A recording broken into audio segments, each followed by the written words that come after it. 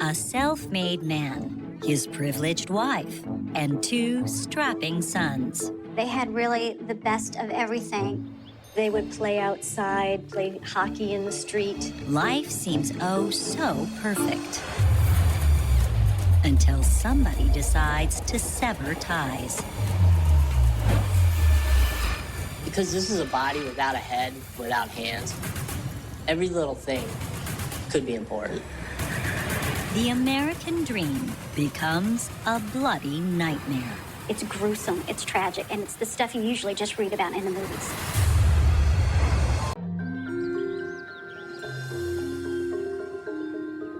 Welcome to Riverside, jewel of Southern California's Inland Empire. This charming city lies just an hour outside Los Angeles, but a world away from big city strife. Its history is as a farming town, but over time, more and more people moved into Riverside County. People that live there love it. Riverside has great community base, great schools, a place where we want to raise a family. Life in this historic, sun-soaked valley is so tranquil and serene. It's the last place you'd expect someone to lose their head.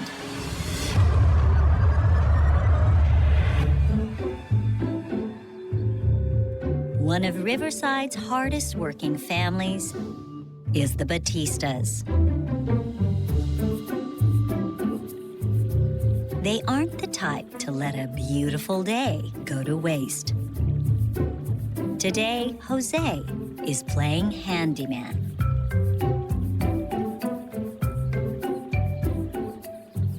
Jose had come to the United States from Belize, and he was a hard-working man. He felt that by working hard, he could achieve his American dream.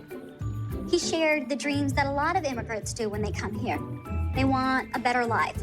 So he worked hard, not to be rich and famous and wealthy or anything, but he just wanted to be happy. Jose is in the construction business. It isn't always easy, but he'd like to think he's built his family on a solid foundation.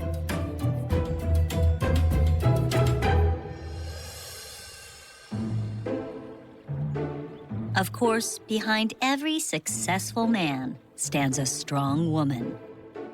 Wife Jane Batista.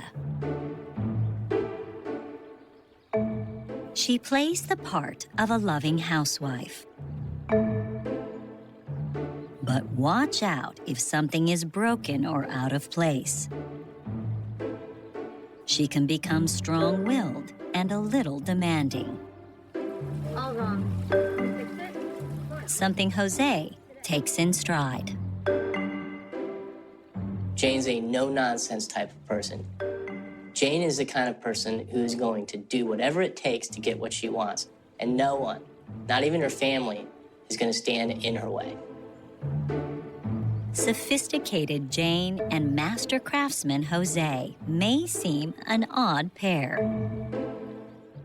Jane grew up very privileged, and the town where she grew up in, really, she was considered an heiress to a construction fortune. She was brilliant, by all accounts, and pretty. When she came in to a room, people noticed. Quite a catch for lucky Jose. But it was Jane who pursued him. Jane and Jose meet at a party. Jane knows this is what she wants, and she's going to go for it. For over a decade, their bliss has blossomed for all to see. But every family has its hidden thorns.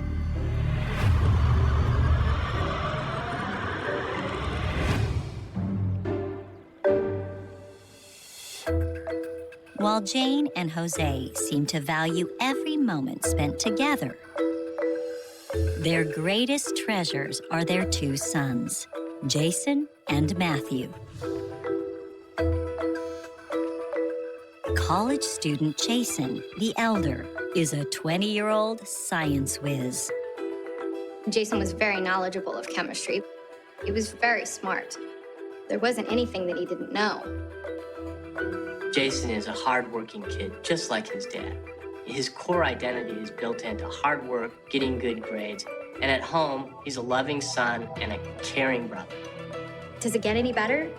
He's gonna make somebody a really great husband one day. While the older brother works hard to maintain perfect grades, younger brother Matthew is content just to skate by. Matt's a casual, laid-back dude. He was fun to be around with and all that. Matthew could make friends where Jason was kind of the outcast in school. He would be talking and laughing. He seemed to be having fun. Matthew, he actually was kind of adept as an athlete, and he loved hockey. All in all, a great kid. Needed money and all that, he was there. Let you come over his house when his mom would let him, or she wasn't around, really. Whether he's grinding rails or taking slap shots, Matthew just wants to have a good time.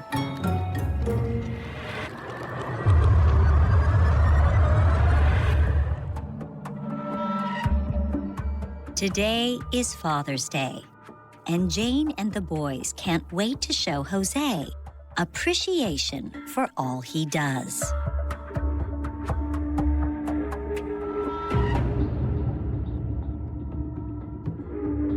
Before Jose, Jane was married to another Central American man named Armando. And Armando, not Jose, is elder son Jason's biological father. Jane and Armando's marriage dissolved pretty quickly after Jason was born. Jane had a hard time dealing with the separation, but Armando took it even harder. It caused a great deal of depression and anxiety in Armando, so much so that he ends up taking his car and committing suicide. Jane has never been one to dwell in the past and keeps her feelings very private. Jane never said Armando. Jane never spoke about him. With those dark days behind them, the Batistas should be grateful for what they have. Not today. Dad isn't exactly thrilled with his gift. And clearly, there's something wrong with Mom. The littlest thing seems to set her off. Of course, there's a reason for the sour mood. Things got increasingly worse because money was definitely an issue. They really struggled from paycheck to paycheck. You can imagine the burden that puts then already on this stressful marriage. Jose's workload has always been a bit unpredictable. And Jane has to rely on outside help from her wealthy grandmother to keep their house running. She was getting quite a bit of financial support from the family. Pampered Princess Jane has no desire to be a welfare queen and demands Jose do something about it. It now looks like family dinners feature a side course of tension thick enough to cut with a knife.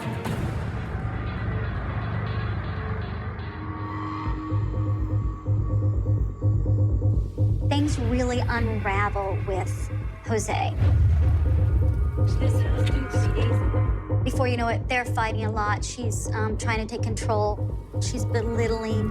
Because that's what people do. That's what a man does. That relationship was very strained and emotional between the two. Got in heated arguments, a lot of fights. It was a nice dinner without arguing.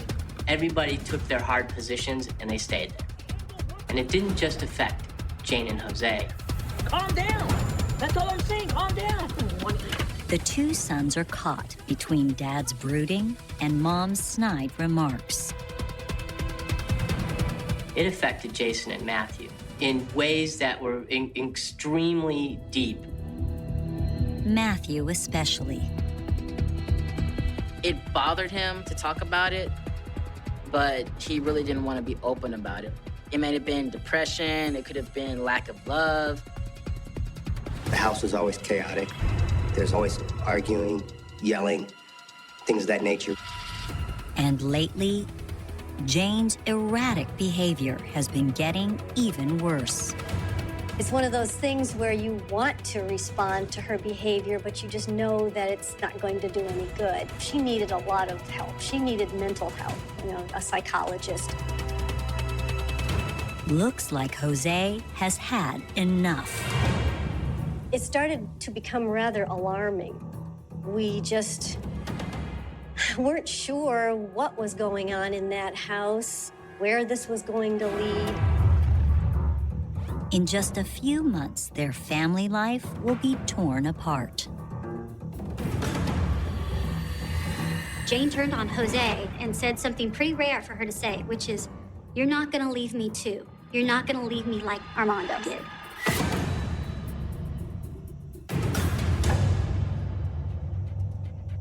Jose was clearly shocked that this happy family, this happy little encapsulation of the American dream that he had disintegrated, and it was really nothing more than a charade.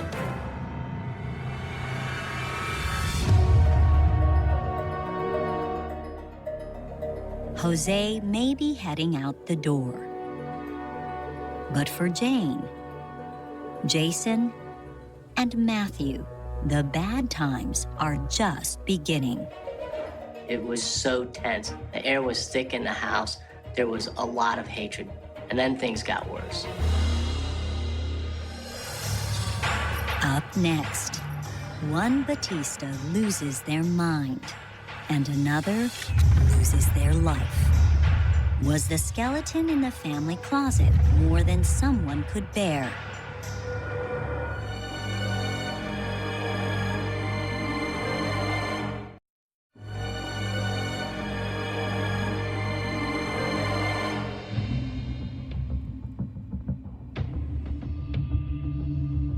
The Batista family of Riverside, California, is circling the drain.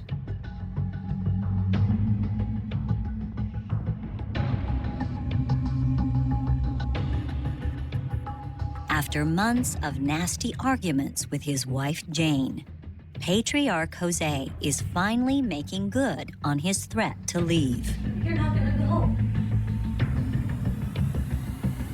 Suddenly the house is torn apart. And the family dynamic has changed. I was always feeling sorry for the boys, that they had to live with this. And everybody's got to find their spot in the stress and the tension that's unfolding in this little family unit. With Jose on his way out, Jane sinks into a deep depression. But she isn't the only one who'll have to cope with the patriarch's absence.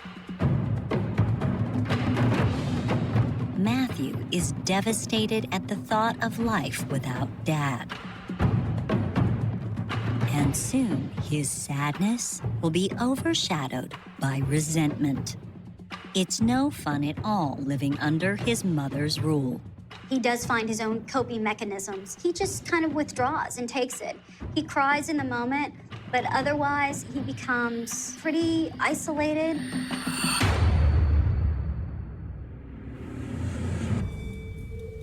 As days turn into weeks, the icy cold relationship between Jane and Matthew still hasn't thawed. Matthew, it affected him more. He wanted to bring friends over to the house, and he wasn't allowed. I mean, there's some people, hide behind a mask where they act like they're happy, but really they're not. Seems the promising jock now excels at a new sport, inciting his unstable mother.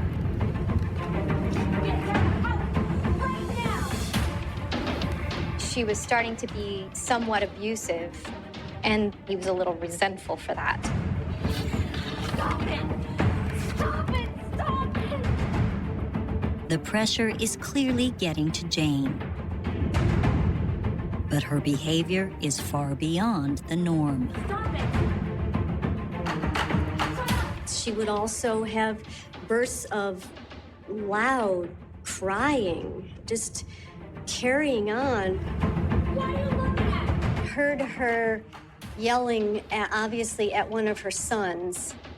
She was swearing at him and yelling at him, and it was just language and tone that I thought was rather shocking for a mother to be saying to her son. We were concerned that now we really knew what type of person we had living next door, and so we were trying to take every precaution we could. We didn't want to confront her. We tried to just ignore her and let her be. We didn't want to start any problems whatsoever. Jane refuses to get treatment. And it seems her family is headed for ruin.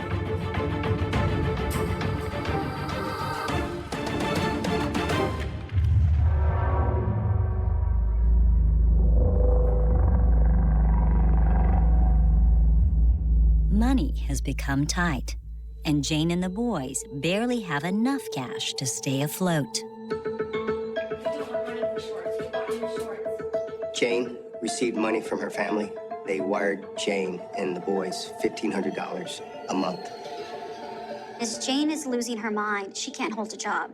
So she turns to the one constant support system she's had through her entire life.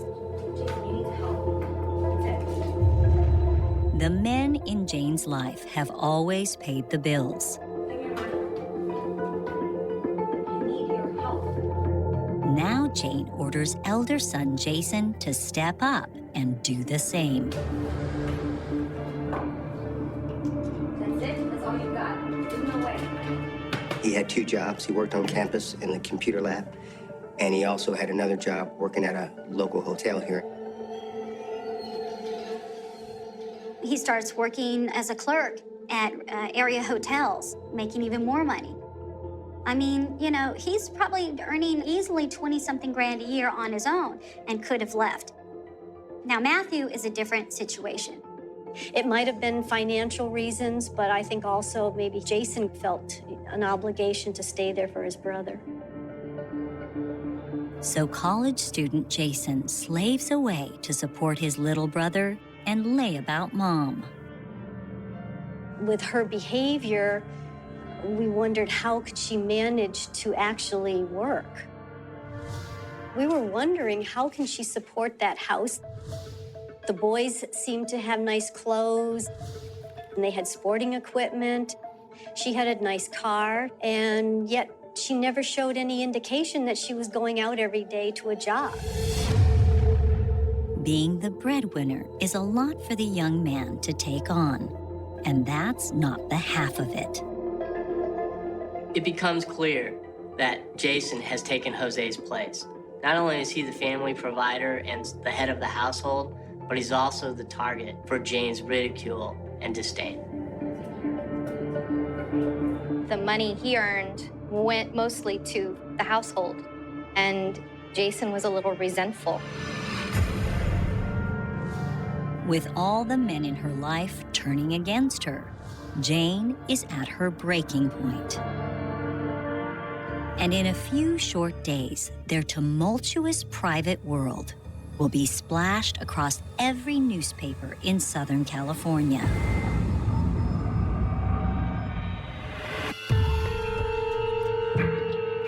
On a bleak January morning, the Orange County Sheriff's Department gets an odd call.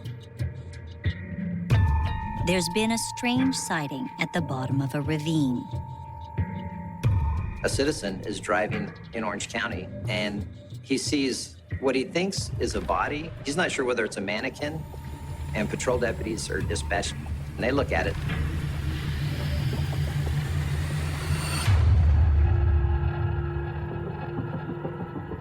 The deputies confirm it's a corpse and radio in the homicide squad.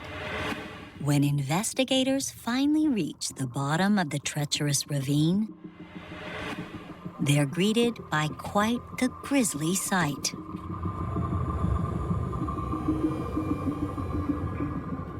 They see this corpse that is headless, that is handless. It's a pale, pale lump of flesh that just looks like it's straight out of any horror flick. Little did these investigators know, an even more macabre discovery awaits. It's really one of the most shocking cases I've ever seen.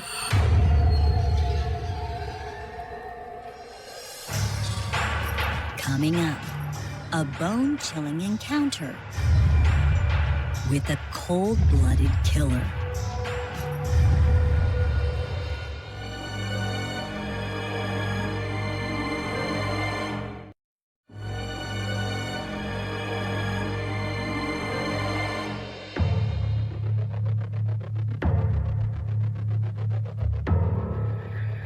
Investigators from the Orange County Sheriff's Office are puzzled over the discovery of a mutilated corpse at the bottom of a steep ravine.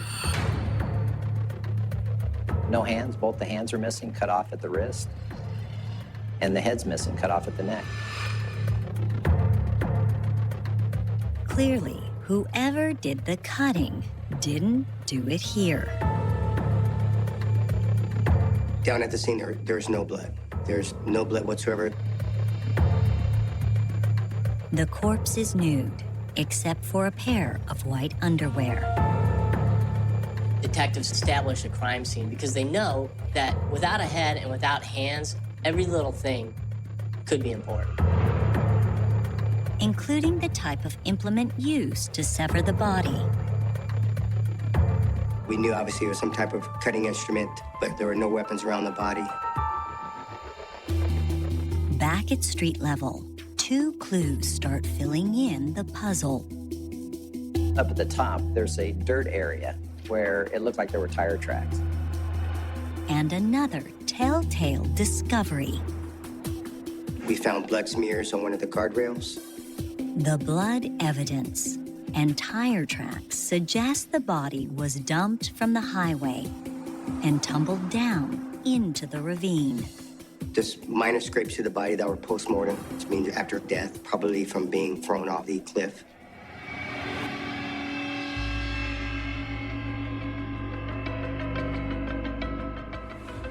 The medical examiner confirms the only identifiable piece of the puzzle: the victim's gender. And we were able to see that it was a corpse of a female, a white female. On close examination, there's a very fine red hair on this body, on the legs and on the arms. And investigators know at that point that they're probably going to look for a missing person who's redheaded. It's not a lot, but it was something. But identification could prove next to impossible. The dental records and the fingerprints are one of the first things, and that's gone. We don't have that now. You can't see that person, you know who that person is. We couldn't tell age, so we knew it's going to be a difficult case to solve. Detectives run the victim's DNA, but this crafty killer was very lucky. The DNA from the victim did not get a hit in any of the systems. The manner of death does at least tell investigators something. To take the head and hands off, it's going to create a huge mess. And you have to be right there, right on top of it. It's very personal to do that. Obviously, there's rage there, no love for this person, no care.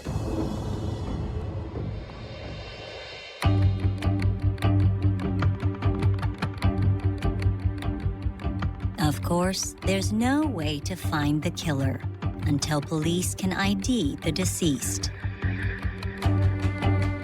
The first thing that they do is they go into their database for missing persons, hoping that somebody somewhere in the last couple of days has reported a missing redhead. We had no one missing that fit that description as far as a female white with red hair with a very tall build. There's only one thing left to do: turned to the public for help. You're reaching out to the press daily, seeking their assistance on trying to identify the victim. How do you identify this woman? You can't even put her picture on the 6 o'clock news to say, we're looking for the identity of this woman. If you know her, where do you go? And that was the challenge that was going to be met by these investigators. A case like this, we need the public's help. This story became something of a media frenzy because as a journalist, I can tell you that when you hear about a homicide involving a corpse with no head and no hands, you're immediately intrigued. And this story caught on like wildfire. Leads pour in, but each and every tip turns out to be a dead end. As the days went on, and it went several days, you start to wonder, are you going to be able to identify her? Is anything going to come forward?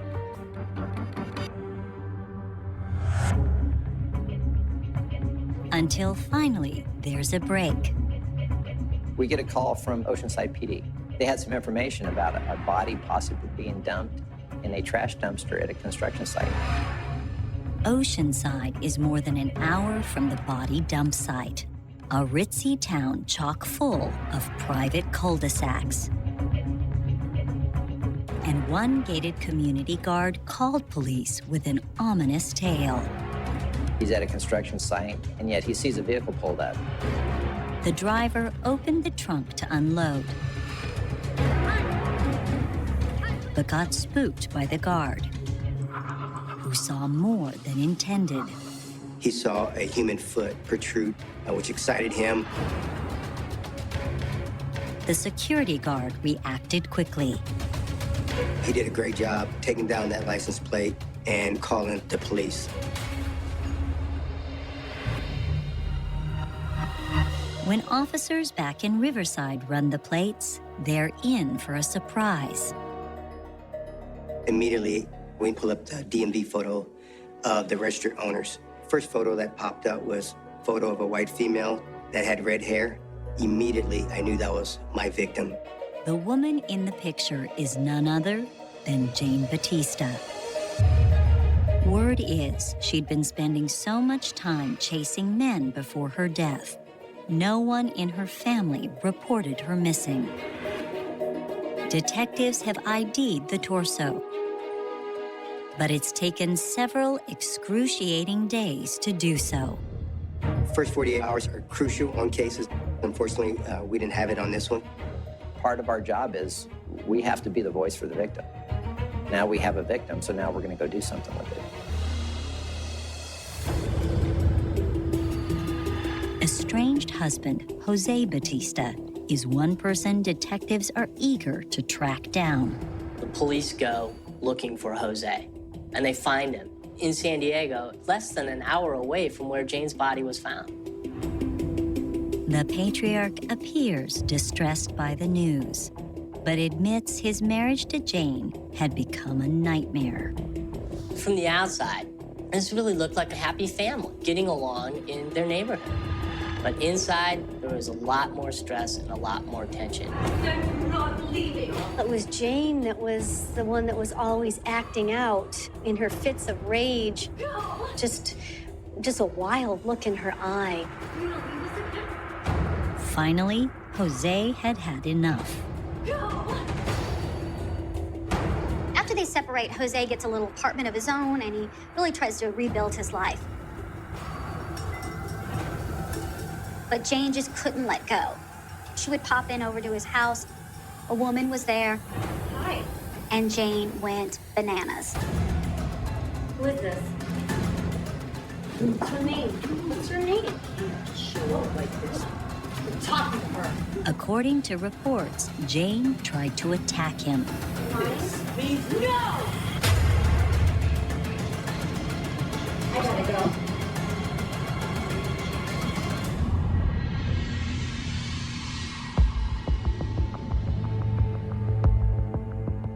Sounds like a very troubled relationship.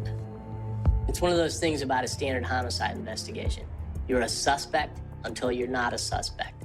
And everybody that Jane knew, Everybody that she came into contact with was a suspect.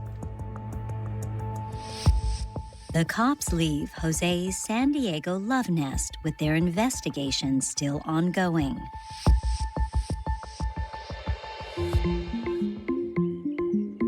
Meantime, detectives trek back to Riverside to speak with Jane's two sons. What you want to do is you want to talk to the last person that saw or talked to. Why didn't Jason report his mother missing if she had been gone for 10 days? Jason said she meets boyfriends and she goes away with them. And he believed on this particular instance, she was away with one of her boyfriends she met. Ever since his dad left, Jason says Jane's been filling her emotional void with unknown men. Or is this just a story to cover the truth? Haunted by his father's suicide, tormented by his mother's demands, Jason had plenty of motive to kill. This suicide had a very significant impact on Jason and his relationship with his mother. Jane became cold to him.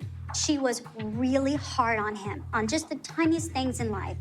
It's because looking at Jason reminded her of Armando and that tragic day.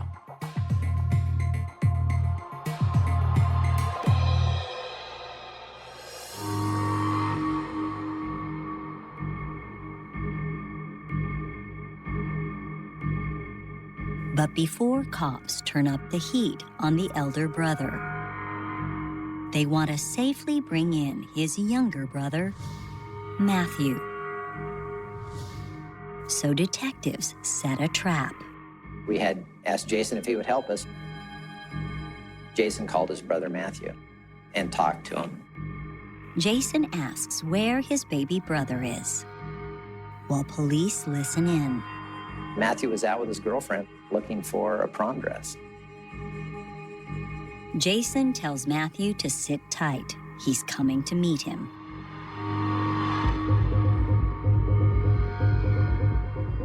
Instead, Matthew is greeted by some of Orange County's finest. It's a common practice to keep them separate because they want to interrogate them and interview them separately. The reason for that is so they can't get their stories straight. Investigators know they have a sensitive situation on their hands and tread lightly. So when they approach Matthew, detectives have to do two things. One, they got to tell him about his mother's death. But two, they have to figure out if he knew anything about it.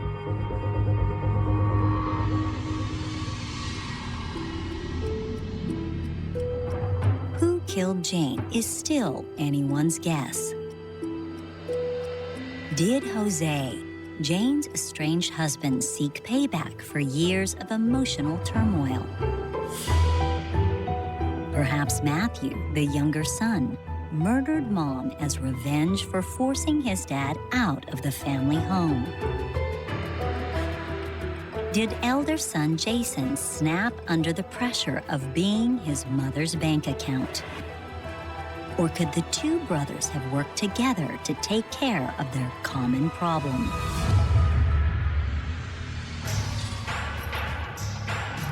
Coming up, there's still one big surprise in store for detectives.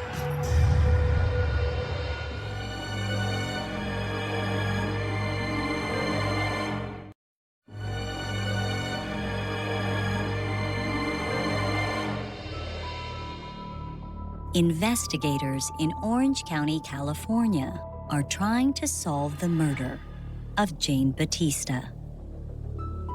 The victim's estranged husband, Jose, claims he's had no contact with Jane. Elder son Jason swears he knew nothing about the murder. And younger son Matthew is about to be questioned for the first time.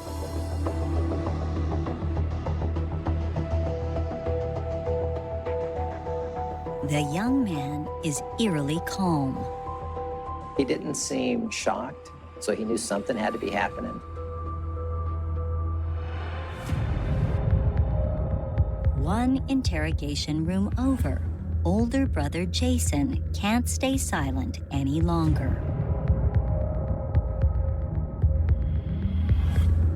Jason says, okay, I want to tell you guys the truth. I want to tell you guys what actually happened. I put the recorder up on the desk and interviewed him for a couple hours. He started from pretty much his childhood. The elder son recounts memories from a horrible home life. You're gonna let him go? Where are you going? Living with a paranoid schizophrenic. That much violence between children and a mother is unusual. It's shocking. The neighbors could hear Jane screaming at the top of her lungs, screaming at the boys specifically. Make sure they get the chores done, get out of the house, profanity, things of that nature, to the point where it was disturbing the neighbors. Thuds on the walls, just stuff like that that drew their attention. What?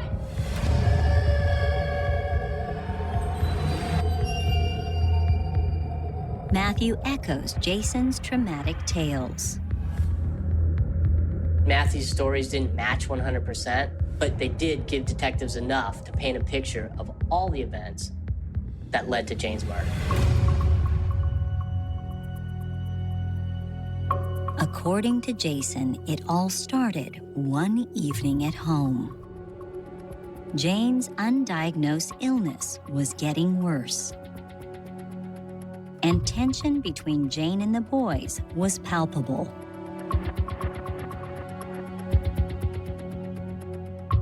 That night, Jason had decided he was done with this life with his mom. He was going to do whatever he had to do to make a change.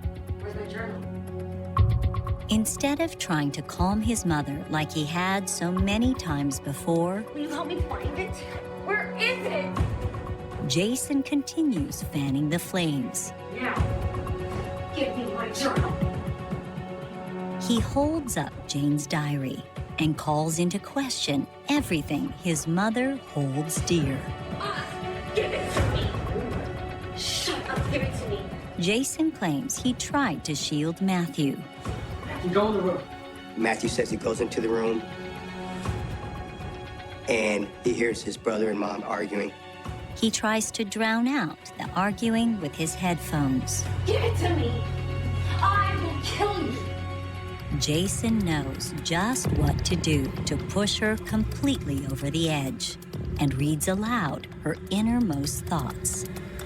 What's this other phone? Shut up. Did you write all day? He picks a fight with her and says the one thing that she can't stand. And she flew into a rage. Stop it. Jane gets so riled up that she slaps her elder son. Just the trigger Jason needs to unleash decades of pent-up frustration and anger. Jason punched his mother so fiercely that he shattered the bones in her eye socket and begins manual strangulation of her. It's not something that happens quick. You got to hang on to him for quite a while. You got to be real close to him. You got to be hanging on. He keeps her there for 6 minutes until she stops struggling.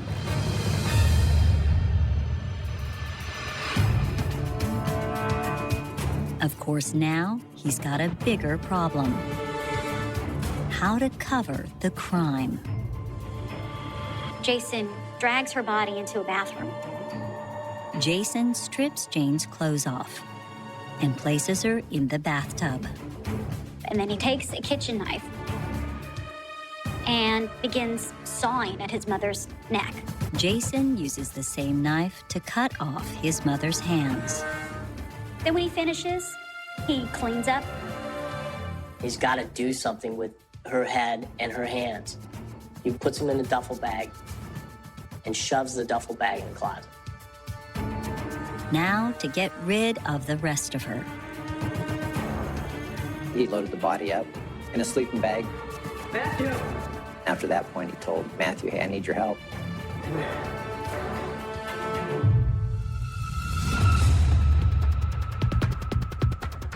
Jason changes.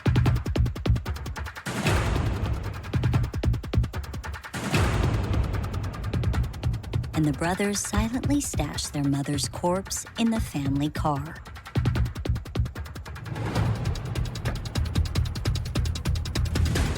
They drove around. They were able to find that large trash bin at that construction site and attempted to dump the body there when they were discovered and stopped by the security guard. Jason loaded the body back into the car, but not before the guard took down the license plate. They eventually made their way back into Orange County, coming up through that particular highway, going back into Riverside. Finds a steep ravine, says that's as good a place as any, and hops out, leaves Matthew in the car, grabs that sleeping bag, and just hurls the body into oblivion.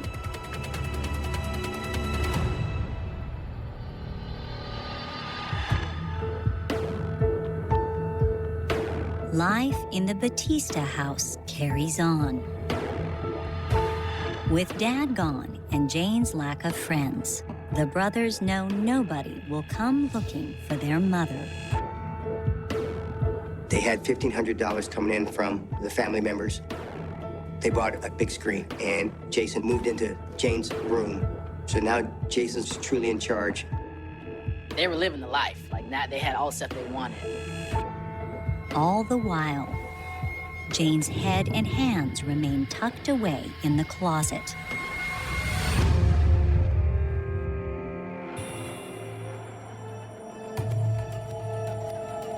Detectives are stunned at the brothers' revelation.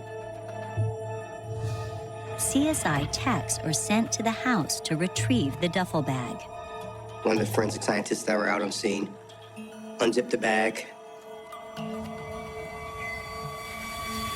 Hands were together right next to her face, and the way they were preserved, there is no decomposition whatsoever.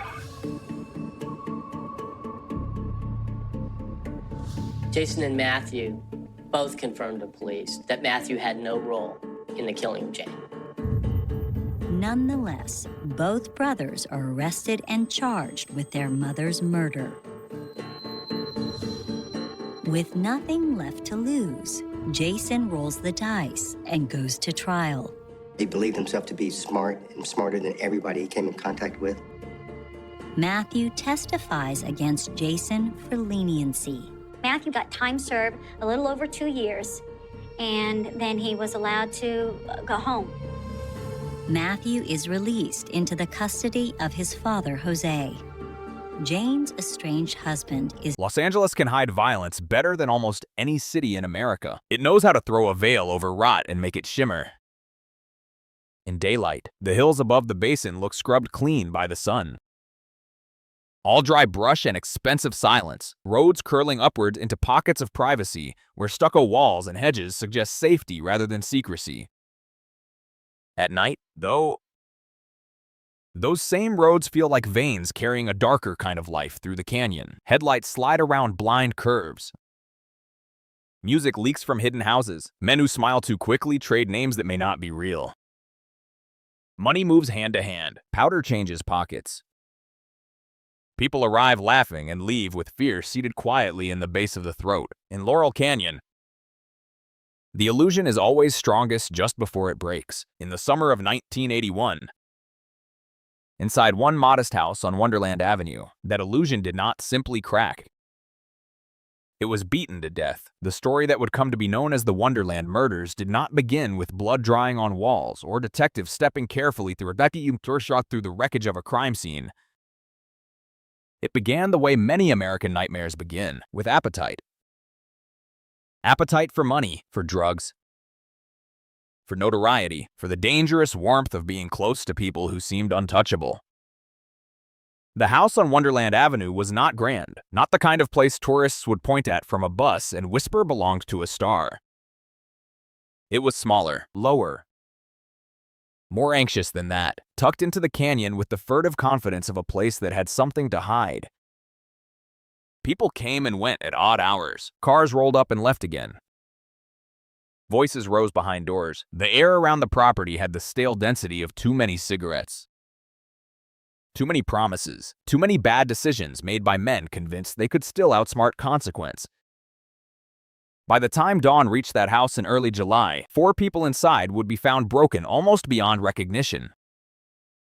Their skulls crushed in a frenzy so intimate and savage that even hardened investigators would struggle to absorb what they were seeing. But before the detectives, before the sirens, before the tabloid headlines and the courtroom theater, there was the canyon itself, holding the silence like a held breath. There is something unnerving about violence in a place associated with escape. Laurel Canyon had long cultivated an aura of artistic drift and California reinvention. A maze in the hills where outsiders could turn themselves into something brighter, freer, less ordinary. Yet by 1981, another Los Angeles was thriving in the shadow of that fantasy. Cocaine had spread through the city like a white electrical current, energizing parties, corrupting loyalties, hollowing people out from the inside while making them look almost radiant from across the room. The drug economy was not built only in dark alleys and cheap motels. It moved through mansions, clubs, production offices, bars, and bedrooms. It linked hustlers to dealers, dealers to thieves, thieves to pornographers, pornographers to hangers-on, and all of them to the same merciless law. Sooner or later, somebody always pays.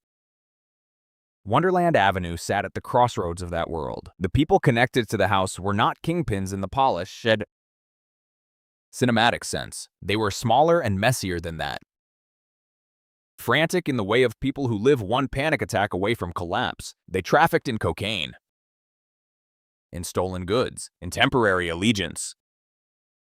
Their lives were cluttered with debt, paranoia, and the restless energy of people sleeping badly and trusting no one, even from the outside. The place seemed to vibrate with instability. A house like that does not merely contain danger. It sweats it into the walls. Neighbors notice strange patterns without always wanting to know what they mean. A car door slams at 2 in the morning. A stranger stands half in shadow, glancing up and down the street before knocking. A woman's voice rises sharply, then disappears. Curtains twitch. Someone leaves in a hurry. Then morning comes. Sprinklers hiss. Sunlight lands on eucalyptus and dust. And the neighborhood persuades itself to keep going. That is one of the small tragedies that surrounds crimes like this. The violence is not born in a single instant. It gathers. It thickens. It announces itself in fragments that make sense only after bodies are carried out. The Wonderland murders would become famous for their brutality, but brutality alone was never the full reason the case lodged itself so deeply in the American imagination. It was the feeling that everything around it was already contaminated. The killings seemed to rise out of a whole ecosystem of fear and greed. Drug crime was there. Organized criminal influence was there. Desperation was there, and hovering at the edge, half celebrity and half ruin, was John Holmes, the adult film star whose name would cling to the case like smoke. Even before people knew exactly how he fit, they understood instinctively that his presence made the story uglier and stranger. Holmes represented the grubby glamour of a particular Los Angeles myth, a city where fame could coexist with squalor so comfortably that one barely startled at finding them in the same room. He was recognizable, marketable, invited to the party. But he was also drifting, compromised, and entangled in circles where charisma was a currency that could not always settle a debt. The idea that someone like him could stand near the center of a slaughter in a canyon drug house was horrifying. But it also felt weirdly inevitable, as though the city had been building exactly that collision for years. Still, notoriety came later. At the beginning, there was only dread. The kind that arrives before understanding does. The kind that lives in houses where nobody is really sleeping. Imagine the canyon in the final hours before everything exploded. The roads are nearly empty. The city below is still glowing, but up here the darkness feels more private, more complete. Heat clings to the earth even after midnight. The smell of dry wood, dust, and old leaves hangs in the air. Somewhere far off, a dog begins barking and does not stop right away inside the Wonderland house. The atmosphere is almost certainly thick with residue from the life being lived there. Narcotics, stale alcohol, dirty dishes, nervous glances, the fatigue of people running their bodies too hard and their instincts too long. No one in such a place ever fully relaxes. Even laughter has edges.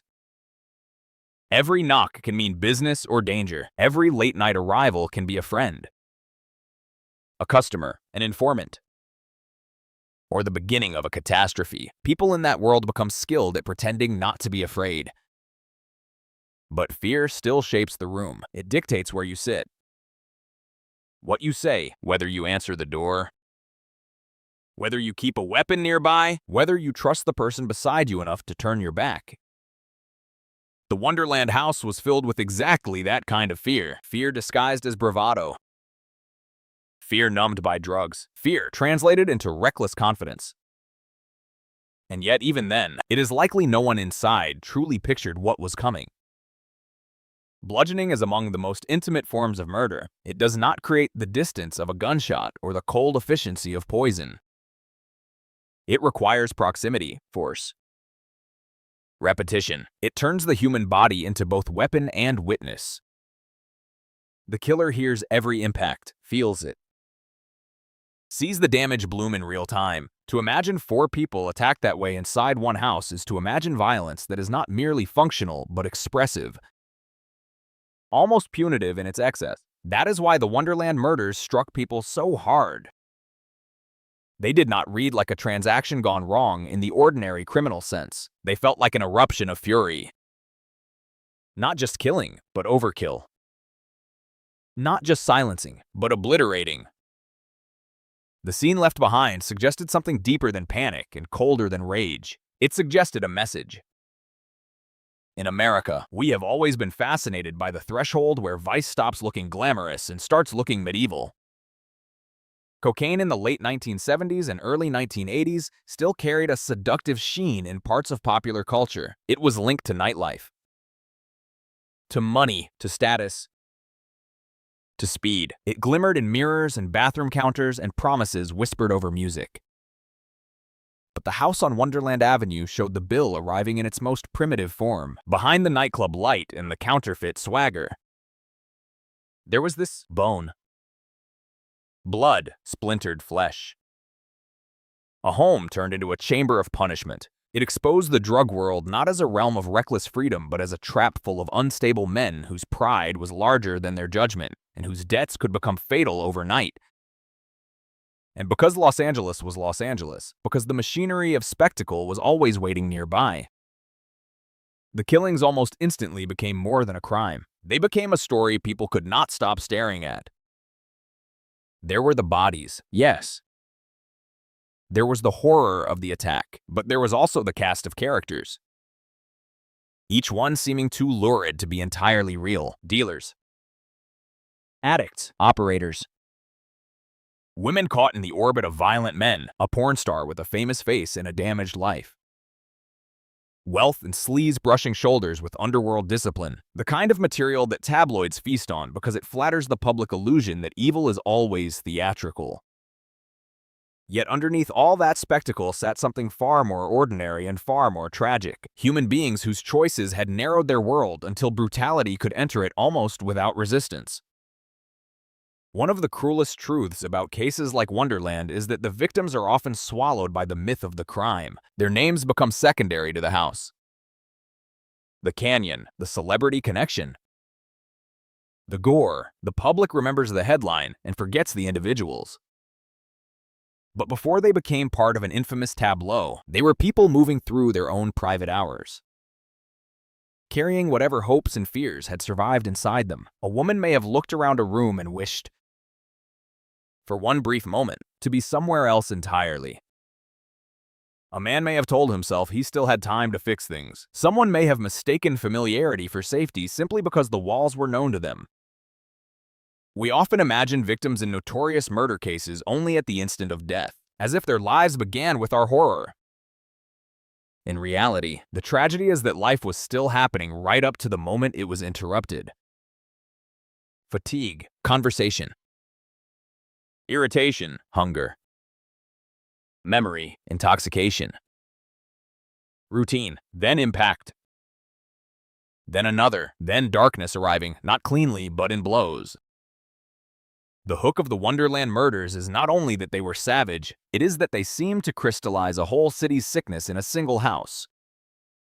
Los Angeles in 1981 was a city intoxicated by surfaces. Reinvention was sold everywhere. So was pleasure. So was ambition stripped of conscience. In that environment, a place like the Wonderland house could exist almost naturally. Fed by the same culture that worshipped success and refused to ask too many questions about how it was obtained, a man could be famous and broken at once. A neighborhood could be quiet and contaminated at once. A crime could belong to the underworld and still spill straight into pop mythology. That is what makes the case so enduring. It feels less like an isolated nightmare than like the city suddenly telling the truth about itself. Beneath the palm trees and studio lights, beneath the parties and the false ease, there were circles of violence running on older rules. You could borrow from them for a while. You could dine near them, flirt with them, profit from them, even imagine you were clever enough to navigate them. But if you crossed the wrong line, if you stole from the wrong people or became useful to the wrong scheme, the correction could be swift, brutal, and absolute. The murders on Wonderland Avenue have been revisited so many times because they resist a single, clean interpretation. Were they an act of revenge? A warning. A fallout of greed, a conspiracy of frightened accomplices. Or all of these at once? Did celebrity distort the investigation? Or did it merely attract more eyes to a violence that would otherwise have faded into the long catalog of forgotten drug killings? How much did John Holmes know? And when did fear eclipse loyalty in the hours around the slaughter? Those questions would come later. Pulling detectives, journalists, lawyers, and the public into a maze of testimony. Lies, rumor, and half-remembered details, but all of that grows from the first terrible image. The one that grips the imagination before facts have settled into place, a house in Laurel Canyon after a night of unimaginable force. The rooms inside telling a story in blood long before anyone can fully read it. That is where this case seizes you. Not in the courtroom, not in the headlines, not even in the notoriety of the names attached to it, but in the silent moment when the canyon still seems beautiful from the outside and the horror is waiting behind one door. It is the contrast that chills, morning sun touching the hills. A residential street with the ordinary modesty of any other, the suggestion of peace. And then, inside, evidence of an attack so ferocious it seems to belong to another century, another species of cruelty. The Wonderland murders force us to confront a world in which glamour and barbarity are not opposites at all. They are neighbors. Sometimes they are accomplices. Sometimes they share a ride into the hills. In the days and years that followed, the case would widen into something tangled and infamous. Drawing in the pornography industry, organized crime whispers, shattered loyalties, and one of the most recognizable faces in adult entertainment. But before all of that became narrative, it was simply terror made physical in the dark. 4 people bludgeoned in a house tied to cocaine, a canyon road carrying the news downhill toward the city. And somewhere in that spreading shock, the first recognition that this was not going to be just another murder file. This was one of those cases that enters a culture like a wound and stays there, because it offers everything people claim to dread and cannot stop examining. Wealth brushing against degradation, celebrity colliding with criminality, and violence so excessive it seems to reveal the hidden shape of a whole era. That is why the door to Wonderland still feels ajar in the American imagination. Step near it and you can smell the old fear again, the chemical burn of greed. The canyon dust, the stale night air. The sickening certainty that whatever happened inside was personal, deliberate, and meant to echo, and it still does. By the summer of 1981, Los Angeles was a city split between display and decay. Between the polished fantasy it sold to the world and the rotting machinery that kept parts of it alive after midnight. on postcards and magazine covers. It was still the kingdom of light. Blue swimming pools flashed behind hedges. Convertibles slid along Sunset Boulevard. New money posed beside old fame. And every restaurant seemed full of people pretending not to notice who had just walked in. Yet beneath that bright varnish was another city. Rawer and more feverish, pulsing with appetite. Cocaine had become part of its bloodstream. It moved through music clubs, production offices, private homes, and hotel rooms with the confidence of something no longer considered dangerous by the people most eager to use it. It was not hidden so much as normalized. A white powder treated less like contraband than like social equipment. In certain circles, it sat on tables as casually as ashtrays. Men leaned over it to make promises they would not remember in the morning. Women learned to read the minute changes it brought to a face, the tightening jaw, the glittering talk, the suspicion that rose beneath charm like heat beneath asphalt. Money came fast, then faster, then not at all. Debts accumulated in whispers. Paranoia became ordinary. The city developed the look of a man smiling through a nosebleed. This was the Los Angeles that formed the background of Wonderland, and without it, the house on that quiet canyon street would have been just another address in the hills. With it, the place became a pressure chamber. Laurel Canyon occupied a strange place in the city's mythology. It had long been linked to reinvention, to artists, to dropouts, to the idea that life in the hills offered freedom from the rules below. Roads curled upward into privacy. Houses seemed tucked into nature. Hidden by brush and shadows, the city noise softened there, as if the canyon itself were filtering out the ordinary demands of civilization. But privacy has a double edge. It protects the dreamers, and it protects the predators, too. By 1981, parts of Laurel Canyon carried an uneasy blend of faded bohemian mystique and opportunistic criminal energy. It was a place where someone could disappear into their own habits, where traffic at unusual hours drew less attention than it might elsewhere, where people minded their own business, sometimes out of courtesy, sometimes out of fear, and sometimes because in Los Angeles there had always been an unspoken agreement not to look too closely at whatever allowed your neighbors to keep living the lives they lived. The Wonderland Avenue house fit neatly into that geography of concealment. It was not glamorous. It did not need to be. It served a different purpose. It was a base of operations, a place where cocaine was sold, consumed, discussed, protected, and worried over. The house was tied to people who lived in the unstable overlap between dealing, using, hustling, and surviving. These were not men and women insulated by wealth enough to turn criminal behavior into a private indulgence. They lived close to the edge, where every transaction mattered and every mistake had a price. The rooms of such a house are never just rooms. They become storage for tension. Every couch cushion absorbs arguments. Every countertop has seen a hurried hand-sorting powder or cash. Every door has been opened with too much caution or not enough. A place involved in narcotics starts to carry a different rhythm. Sleep becomes irregular. Meals are forgotten. Clocks lose meaning. The house is alive when it should be quiet and numb, when it should be full of life. People drift in with one energy and leave with another. Some come eager, some come desperate. Some come because there is nowhere else they can go without facing the reality of what they have become. To understand Wonderland, you have to understand that the violence did not erupt in a vacuum. It was incubated in a culture of overstimulation and dread. Cocaine, for all its reputation as the drug of sleek confidence, often drags chaos in behind it. It amplifies ego, appetite, impatience, and fear. It encourages people to mistake aggression for clarity. It turns suspicion into certainty. In houses where it is bought and sold, everyone becomes a little theatrical. Men talk too loudly. Stories get bigger each time they are told. Grievances harden into obsessions. Loyalty becomes situational, a thing negotiated by the hour. Around Wonderland, this psychology was intensified by the nature of the people involved. The house was associated with figures tied to the local cocaine trade, people accustomed to maneuvering in circles where law enforcement was a danger, but so were partners, competitors, and supposed friends.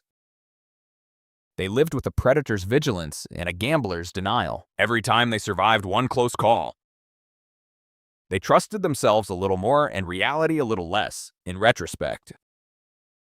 That house feels almost doomed by the logic of the world it inhabited. The people around it were engaged in a business built on theft, leverage, intimidation, and addiction. They were not dealing in a product that leaves the user calm or reflective.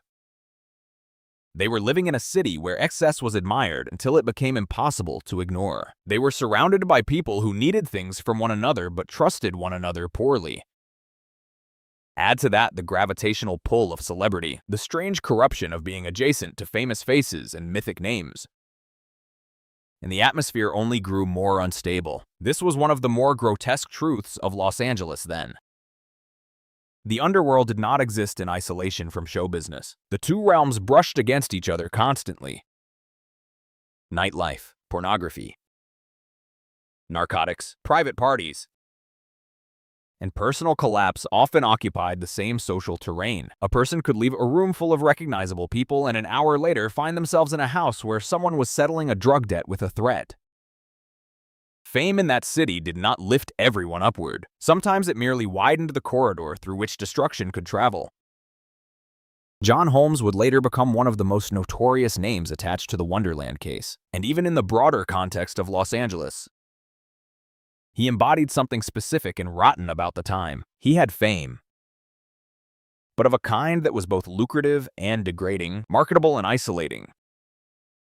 He moved through a world of sex, money, substances, and performance. He was known, desired, used, and increasingly compromised. His presence around the periphery of Wonderland made perfect sense in the worst way. Los Angeles has always had a talent for building ecosystems where people from different strata of notoriety and desperation can meet, exploit one another, and fall together. Holmes was not the cause of the city's sickness, but he was one of its more visible symptoms. A man who had turned his body into a commodity and found that the marketplace had no mercy once the glow started to dim. Yet Holmes was only one element in a much larger social landscape. The real context of Wonderland lies in the widening criminal economy that flourished in the cracks between official Los Angeles and its private appetites. Cocaine was not just a drug in 1981. It was an organizing principle in certain circles.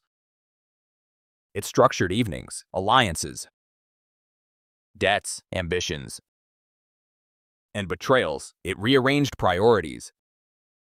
Rent became secondary, sleep became negotiable. Morality became elastic. Even affection could be contaminated by the need to score, to sell, to keep a connection alive. The people drawn into houses like Wonderland were often not master criminals or cinematic villains. They were worn down, overheated, impulsive, and vain. They were capable of tenderness one hour and cruelty the next. They lied casually, not always to deceive others, but because the truth would have forced them to reckon with their own collapse. Many still believed they were on the verge of some turnaround, some score, some lucky break that would allow them to exit the life without paying the full price. That hope kept them moving long after common sense should have sent them running. It also made them vulnerable to manipulation by anyone more disciplined, more ruthless, or simply more patient. The city itself encouraged this delusion. Los Angeles is a place built on second acts, on the promise that reinvention can always be staged one more time. In the entertainment world, this can look seductive. In the drug world, it can be fatal. A dealer thinks one last run will clear the debt. A user thinks one last binge will be followed by sobriety on Monday. A hanger-on believes proximity to fame will transform into protection. A small-time criminal thinks he can steal from larger forces and somehow remain untouched. Wonderland existed inside that irrational optimism. It was a house where people acted as though tomorrow were guaranteed. Even when the choices of yesterday had already put a mark on the door, that mark grew darker in the weeks leading up to the murders because the people around the house were not just participating in drug commerce. They were entangled in a chain of events that touched organized criminal interests, escalating both the stakes and the consequences. This was no longer merely about a local drug house full of reckless people making bad choices. It had become something larger. A collision between fragile low-level operators and men with reputations built not on improvisation, but on non-enforcement. There's a difference between chaos and control in criminal worlds. The Wonderland crowd represented chaos, unstable, loud, intoxicated, sloppy, impulsive. The forces moving around them from the higher end of organized crime represented control, or at least the disciplined appearance of it. When chaotic people trespass into the territory of controlled violence, the outcome is rarely subtle. The city had seen this pattern before in different forms. Someone at the bottom mistakes access for immunity. Someone talks too much, steals too boldly, or assumes the other side is bluffing. Then the correction comes. Not merely to punish, but to reestablish hierarchy. That context matters because it transforms the Wonderland murders from an isolated eruption into the final act of a social process already underway. The attack was shocking, but the conditions that made it possible had been built piece by piece. The house, the cocaine trade, the reckless personalities, the blurring of celebrity and criminality, the involvement of men whose idea of dispute resolution was terror rather than negotiation. All of it was already in place. If you walked through Los Angeles in those years with your eyes open, you could see the ingredients everywhere. Sunset Strip nightlife gave way to after-hours gatherings where people arrived wired and left hollow-eyed. Pornographic success brought money, but not stability. Drug houses operated in residential pockets close enough to normal life that a family station wagon could be parked not far from a dealer's customer. The city's glamour was not a distraction from its criminal undercurrents. In many cases, it financed them, disguised them, or lent them a dangerous sheen. There was also a deeper loneliness running through this world. A loneliness that rarely gets enough attention in stories about notorious crime. People around Wonderland were linked by business, sex, dependency, habit, and panic. But those are poor substitutes for trust. A house can be full of bodies and still feel spiritually deserted. That kind of emotional emptiness encourages a terrible moral shrinking. Other people cease to be fully real. They become useful, threatening, irritating, or burdensome, but not sacred. Once a culture has reached that point, violence enters more easily. Someone is no longer a human being with a mother, a childhood, and a future. They are a witness, a liability, an obstacle, a debt. The Wonderland murders belong to that emotional landscape. The savagery of the attack suggests more than greed or vengeance. It suggests dehumanization complete enough to make overkill feel acceptable. The victims were not simply removed. They were obliterated with force that erased the ordinary boundaries most people cannot cross. That is what the Los Angeles context helped create. A world in which too many people had been converted into functions, and once that conversion was complete, cruelty had room to grow. Yet the city did not stop to absorb this in any pure or reflective way. It rarely does. Los Angeles metabolizes scandal by turning it into narrative almost immediately. Reporters arrive, names emerge. The famous connection rises to the top. The brutality becomes headline language. Public fascination follows, accompanied by a certain moral hypocrisy. People who had consumed the city's fantasies of sex, excess, and celebrity without complaint suddenly recoiled from the bloodier consequences as though they had appeared from nowhere. But Wonderland did not come from nowhere. It came from a culture willing to excuse appetite until appetite became visibly monstrous. It came from a city practiced in compartmentalization. There was Hollywood over here, pornography over there, organized crime somewhere else, drug dealing in another pocket. And all the while, the same people moved between those compartments at night. In that sense, the house on Wonderland Avenue was not outside Los Angeles. It was one of the city's most honest addresses. The broader American context mattered too. The early 1980s were a moment when certain forms of vice still carried a grimy mystique. The country had not yet fully metabolized the darker costs of the cocaine boom. The language of addiction was less developed in the public mind. Less compassionate in some corners, more sensational in others. Pornography existed in a half-lit zone of fascination and contempt. Organized crime still held a perverse grip on the imagination. The Wonderland murders hit all these nerves at once. They felt lurid. Modern, and ancient. Modern because they emerged from a world of cocaine, sexual commerce, and celebrity decay. Ancient because the method of killing was primal. Almost tribal in its ferocity. 4 people beaten in a house in the hills sounded less like urban crime and more like a ritual of domination carried out by men intent on leaving terror behind them. That dissonance gave the case unusual staying power. It belonged unmistakably to Los Angeles in 1981. But it also felt like a timeless warning about what happens when appetite is allowed to outrun conscience. So the context of Wonderland is not merely a matter of place and date. It is a matter of weather, mood, and moral atmosphere. It is dry canyon air at 3 in the morning. It is a house with too many secrets and not enough exits. It is the chemical sharpness of cocaine in the back of the throat. The stale odor of cigarettes in curtains that have not been washed. The sound of someone laughing too hard because they are more frightened than amused. It is the city below glittering with possibility while the hills above it incubate consequence. It is the tension between privacy and isolation, between notoriety and disposability, between the fantasy of freedom and the reality of entrapment. By the time the murders occurred, all of these forces had converged. What happened at Wonderland was not random, and it was not only personal. It was social violence with intimate consequences, the kind that can erupt only after a network of bad incentives. Distorted values and unchecked fears has had time to mature.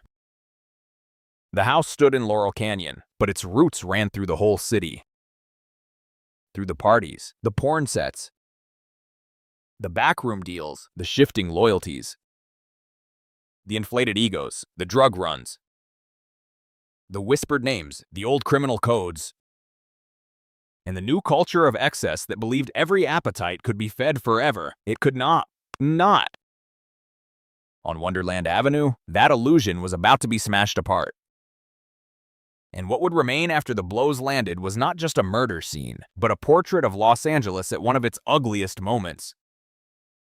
A city staring at its own reflection and seeing not glamour, not freedom, not the dream it advertised, but the shape of something far more predatory grinning back.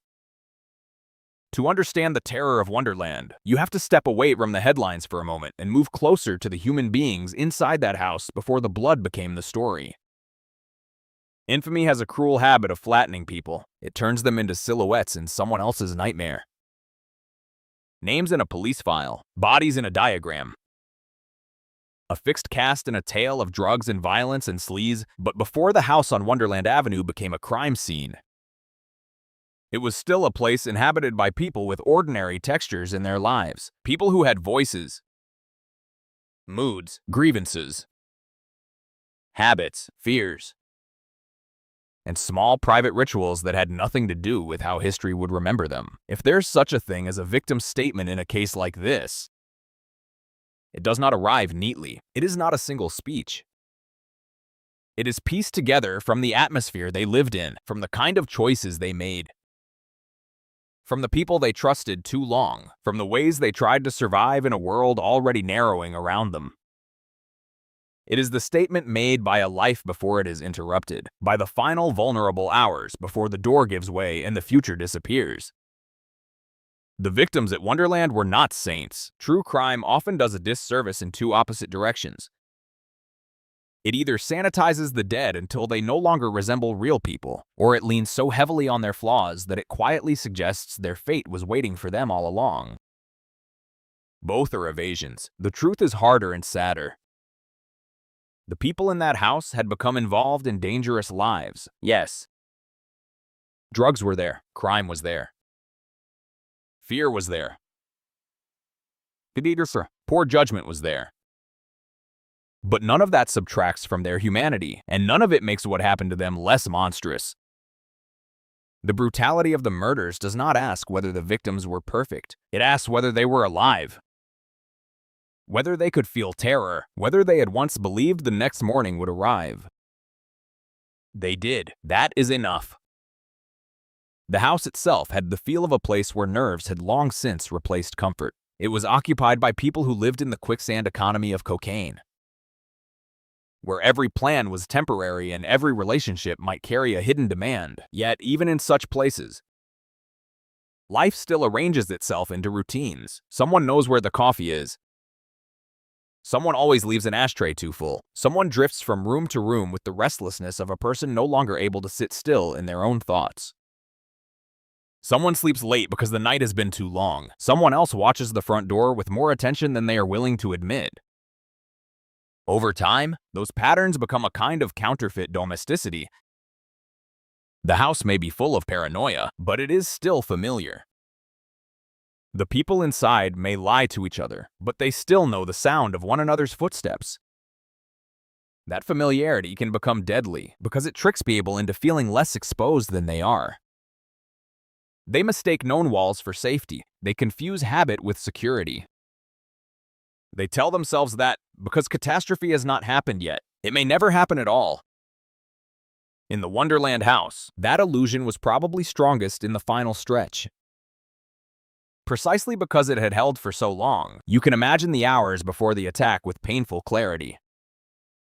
Not because every detail is documented, but because human vulnerability tends to repeat itself in recognizable forms. The night would have had that stale Los Angeles heat that lingers after midnight, the air thick and unmoving. The canyon outside dark and almost deceptively peaceful inside. The rooms would have carried the sour blend of narcotics, cigarettes, fatigue, sweat, and the heavy sweet rot of a place not being lived in carefully. Perhaps someone was trying to relax and failing. Perhaps someone was too high to notice how uneasy the room had become. Perhaps somebody sensed that the energy around the house had shifted in recent days. That conversations were shorter. That glances lasted a moment too long. That silence had become more loaded than usual. Fear rarely arrives like a thunderclap. More often it collects in the body in fragments, a tight jaw, a hand hovering near a lock, the feeling that the night is listening. One of the women in the house, Susan Launius, would survive the assault for a time. Her survival, partial and agonizing, lends the case a particularly haunting dimension. A murdered house becomes more terrible when someone inside lives long enough to carry its pain in her body. The survivor is not spared in any simple sense. She becomes the human bridge between before and after, between the ordinary ugliness of the house's daily life and the unspeakable violence that tore through it. In cases of bludgeoning, survival itself is a brutal irony. The body endures not because the violence was merciful, but because death was delayed. The survivor wakes into pain, confusion, fear, fragments, and the awful knowledge that others nearby are no longer moving. If we talk about a victim's statement here, hers is the truest one. Even when words fail it, it exists in wounds, in ruined memory, in the fact of having been there and having felt the force land. It exists in every shattered piece of cognition trying to make sense of why the familiar room has become a slaughterhouse. She was not the only victim. Of course, the others who died that night had their own statements too. Though history hears them more faintly, a victim's statement is not only what a person says after violence, it is also what their life had been saying before it. Each victim at Wonderland was already expressing, through action and association, something about fear, desperation, desire, and entrapment. Some were trying to hold onto a place in a volatile hierarchy. Some were bound by love, habit, dependence, or lack of alternatives. Some lived too close to men whose recklessness had begun to radiate danger outward. That is one of the quiet tragedies of criminal environments. Not everyone inside them is there because they crave the same things. One person may be chasing power while another is simply trying not to be abandoned. One person may think in terms of scores and leverage while another is clinging to whatever version of home remains. The danger does not sort itself accordingly. When it comes for whoever is present. It does not care whose guilt is louder and whose fear is deeper. There is something especially heartbreaking about the female victims in stories like Wonderland. Because women in these circles are so often remembered only by their proximity to damaged men. They become girlfriends, wives, companions, fixtures in the room, people described as if they were part of the furniture of vice rather than individuals enduring it from the inside. But women in drug houses often carry an especially acute understanding of danger. They notice shifts in mood. They see how bravado curdles into panic. They recognize when the men around them are pretending to be in control. They may not be able to stop what is coming, but they feel its approach differently. Their victim's statement, if we are willing to hear it, is often one of exhausted vigilance. It says that the walls were never as strong as they looked. It says that every promise of protection was conditional. It says that love, dependency, fear, and resignation can all share the same kitchen table. It says that in violent worlds, women are asked to live inside tension. Men create, and then are judged for not escaping it quickly enough. At Wonderland, that tension finally burst open with catastrophic force. Imagine being in that house in the final stretch before sleep or semi-sleep overtook the rooms. The television might have glowed somewhere weakly, muting the silence without truly filling it. Someone may have been coming down from cocaine, that mean. Scraped out state when the nerves feel flayed and every sound seems personal. Someone else may have been drifting in and out. Body spent, mind disordered. Trusting the house simply because there was nowhere else to go. No one in that environment would have slept deeply. Not really. Drug houses do not produce restful sleep. They produce collapse, the body shutting down despite the mind's objections.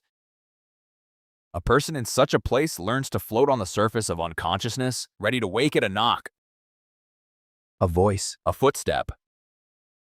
That is part of what makes the attack so dreadful to imagine. The victims were not attacked from the secure innocence of a peaceful home. They were attacked from within a state of chronic unease, from lives already shaped by the expectation that something bad could happen. And still, when it did happen, it exceeded anything those expectations could contain. A victim's statement in this context becomes almost unbearably simple. It says, "We knew danger, but not this." It says, "We had seen desperation, but not this intimacy of destruction." It says, "We were compromised, but we were still human beings, and what entered that house treated us as objects to be crushed." There is also another layer to the victim's statement in Wonderland, and it involves the way victims are judged after the fact. Once the murders became infamous, the public appetite for narrative moved quickly toward sensation. Drug house, cocaine, porn star, underworld ties. The ingredients almost encourage people to lean back from the victims and treat them as if they belonged to some separate moral category, as if the ordinary rules of sympathy needed qualification. This is the oldest trick in the book. It allows spectators to preserve their belief in distance. If the victims were too flawed, too reckless, too immersed in vice, then the horror can be contained. It happened over there, in that dirty little world, to those kinds of people, but the victim's statement resists that. It insists on common humanity. Fear feels the same in every throat. Pain makes the same claim on the nervous system no matter what a person has done. The instinct to live does not weaken because someone has made terrible choices. When the blows began in that house, every victim was reduced to the same desperate truth as anyone else under attack. This is happening to me. I do not want to die.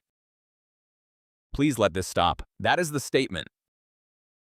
It is older than law, older than morality, older than any criminal hierarchy. It is the most human statement there is.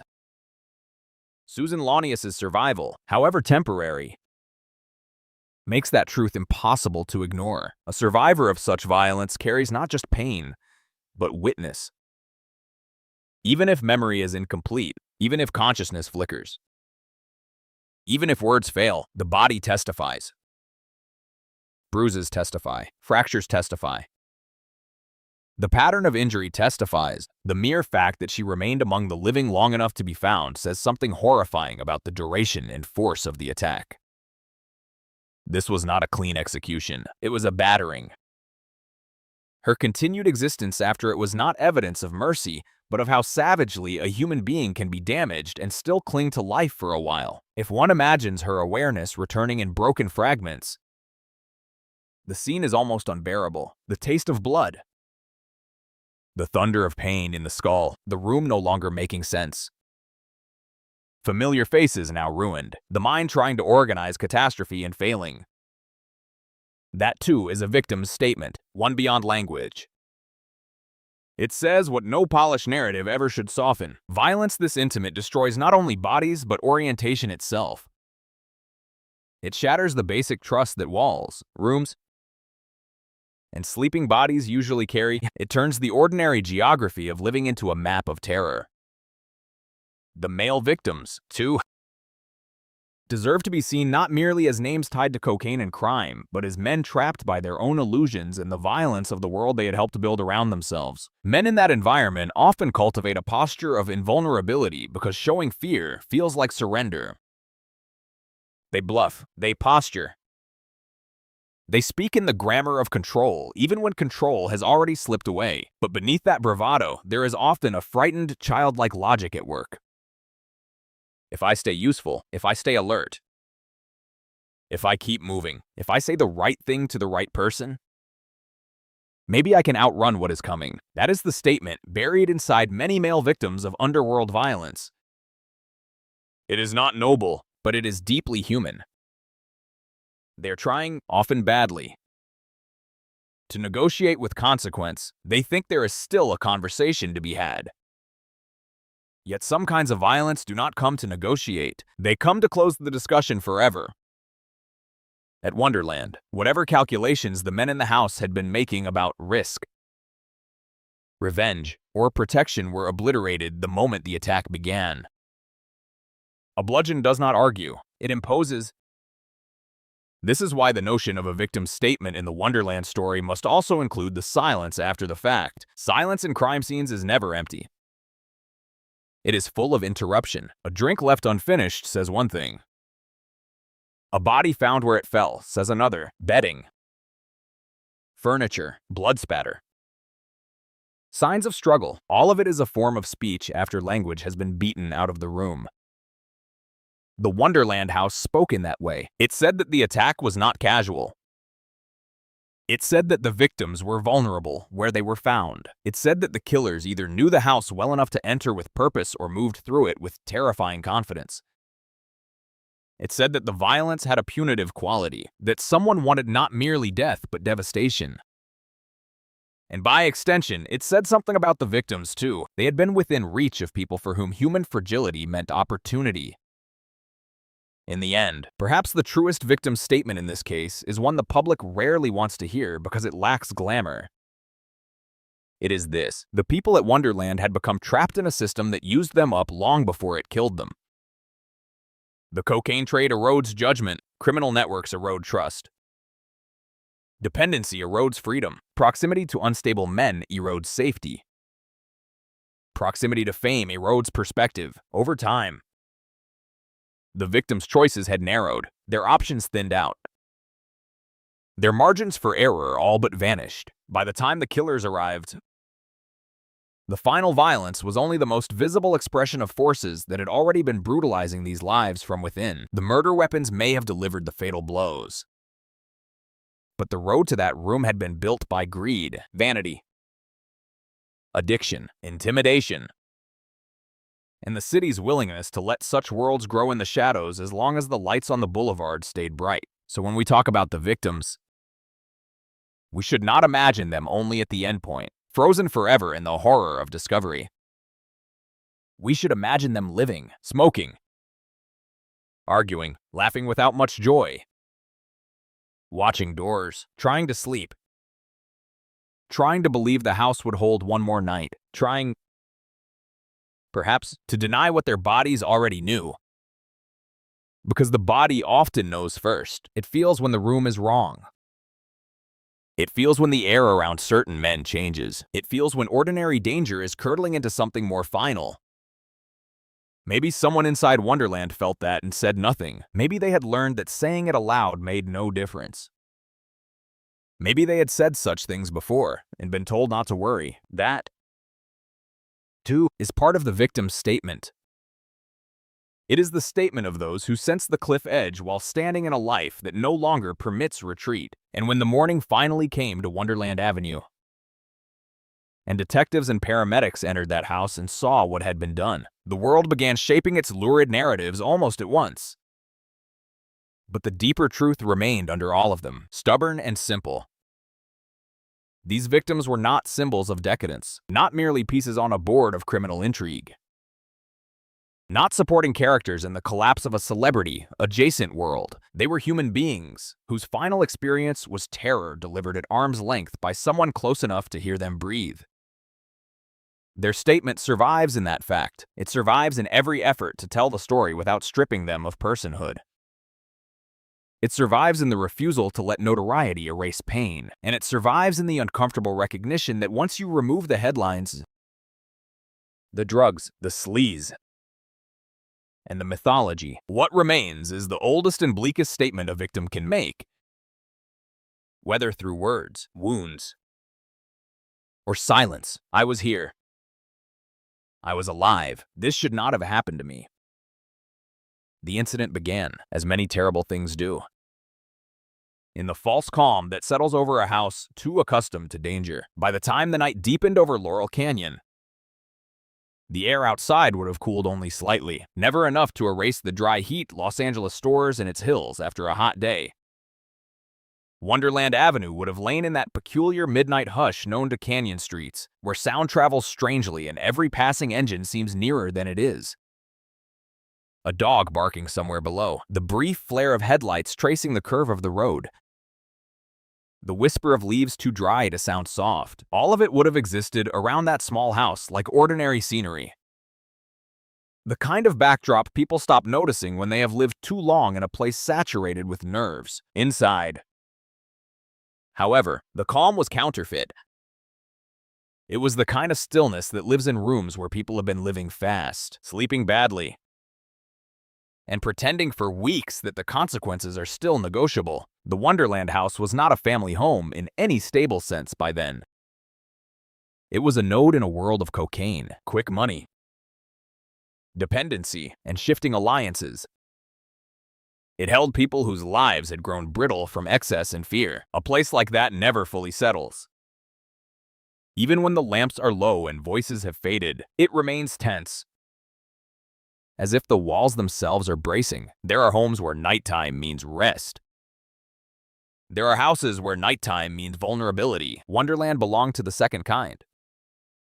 The people inside had already crossed too many lines to sleep as though dawn were guaranteed. Some of them likely lay down in their clothes or half-dressed, their bodies collapsing from chemical exhaustion rather than true peace. Some may have stayed wakeful longer than they intended, riding out the agitated aftermath of cocaine, mind racing while the body begged for shutdown. A drug house at that hour does not feel like a sanctuary. It feels like a holding pattern. Every sound can become a signal. Every arrival can become a problem. And yet familiarity dulls instinct. The very repetition of strange nights teaches people not to respond to each one as if it were the last. That, perhaps, is one of the cruelest features of the incident at Wonderland. The house had likely hosted enough tension, enough questionable visitors, enough late-hour movement that the threshold of alarm had shifted. Something that might have once inspired immediate panic now registered only as another irritation in a long string of them. That is how catastrophe gets close. It enters along paths already worn down by habit. The chain of events that led to the attack had been tightening outside the house for some time. The Wonderland occupants were not isolated from larger currents. They were entangled in them. And not merely with local drug buyers or neighborhood-level hustlers, but with forces far more dangerous. People for whom insult, betrayal, and theft were not personal inconveniences, but matters demanding response. The incident did not emerge from nowhere. It grew out of a world already overheated by greed and wounded pride. By the time the attackers came up that canyon road, the house was no longer just a place where cocaine changed hands. It had become a target, a marked site, a location around which fear had already begun to circulate. Whether the people inside admitted it or not, one imagines the approach as deliberate. Not loud, not chaotic, not some drunken improvisation. The horror of Wonderland lies partly in the sense that whoever came there did not stumble into murder. They arrived with purpose, with a plan to enter, subdue, and punish. The darkness of the canyon would have helped them, so would the isolation. Houses in those hills can feel strangely detached from the city beneath them, close enough to see the glow and far enough to imagine no one will hear what happens inside.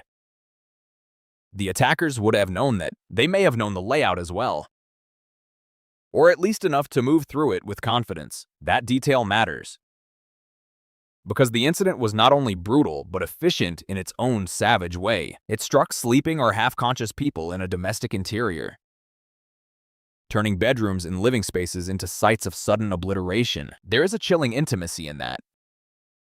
The ordinary geography of a home becomes the stage for violence. A pillow, a hallway, a mattress, the edge of a bed. Each item remains what it was while being transformed by blood. Somewhere in the transition between night and attack, the door was breached. Whether by deception, by forced entry, or by access granted through familiarity, the exact mechanics matter to investigators. But emotionally, the result is the same. The boundary failed. The threshold that separates outside danger from inside shelter ceased to function after that. Everything inside the house belonged to the attackers. The victims may have had only seconds to understand that. It is possible some never fully did, in houses shaped by drug culture. Sleep is shallow but also chemically distorted. Someone can wake into danger still half submerged in stupor. Mind lagging behind the body. That lag can be fatal. The first sounds may not have registered as attack at all. A footstep where none should be. A door shifting. The scrape of movement in another room. Then the first impact. Bludgeoning is the most dreadful kind of interruption because it does not merely end thought, it smashes through it. There is no gradual realization, no measured escalation. One instant there is confusion, and the next there is pain so immense it reorganizes the universe. The incident at Wonderland was defined by that kind of violence. It was not a gunshot cracking cleanly through silence. It was repeated force, a heavy instrument descending again and again onto vulnerable skulls and faces, turning the body's most human features into pulp and fracture. The attackers came close enough to smell breath, to hear movement, to feel resistance weakening under their hands. That is what separates this incident from a killing that is distant or almost abstract. Here, the violence was tactile. The killers did not merely decide that the victims should die. They enacted that decision physically, repeatedly, with enough force to leave a scene so ghastly that even experienced officers would later struggle to take it in. Imagine the first victim waking, or half-waking into that assault. There may have been a split second when instinct reached for explanation. Who is there? What is happening? Then no explanation mattered anymore. A bludgeon collapses language. It reduces every thought to survival. Arms come up too late. Shoulders twist. The body tries to protect the skull. It almost never can. Then another room erupts. Another body stirs. Another person wakes not to safety but to the sound of someone they know being beaten to death nearby. That may be the darkest element of the incident. Not only the pain inflicted, but the contagious terror it produced from room to room in a gun attack.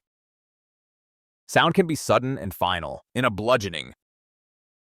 Violence travels as noise, as impact, as thud and struggle and muffled cries, as the awful sound of an attack still in progress.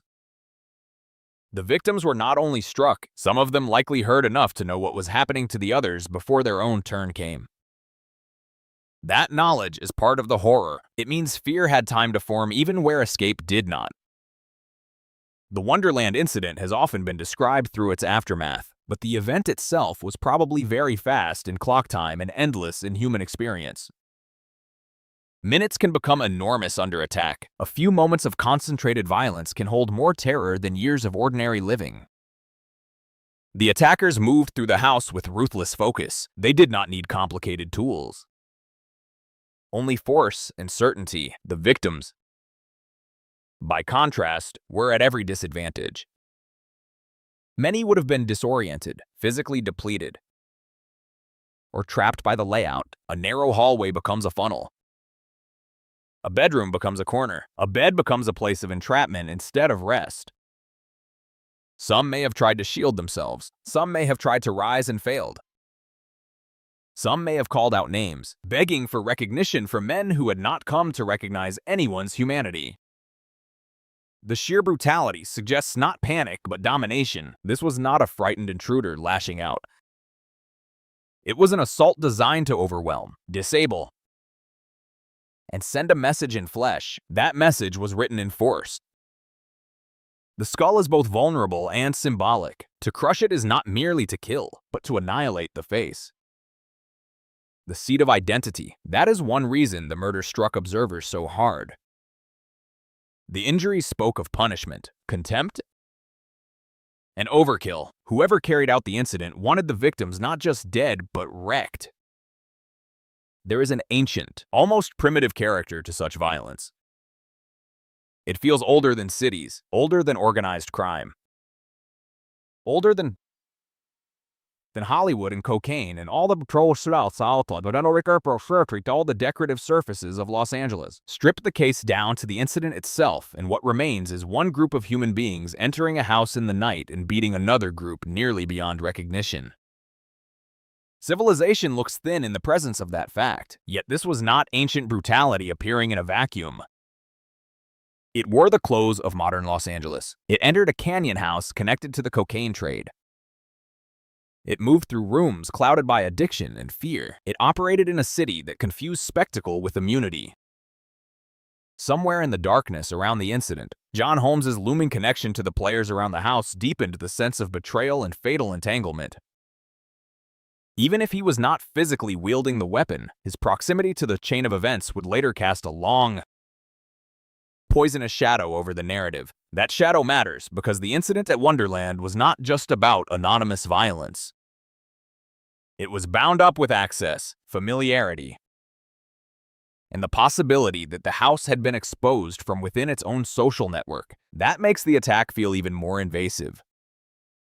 The threat was not purely external. It may have traveled through people the victims already knew, or thought they knew. In that sense, the incident was the final collapse of trust in a world where trust had already been eroding for a long time. One woman, Susan Launius, survived for a time after the attack.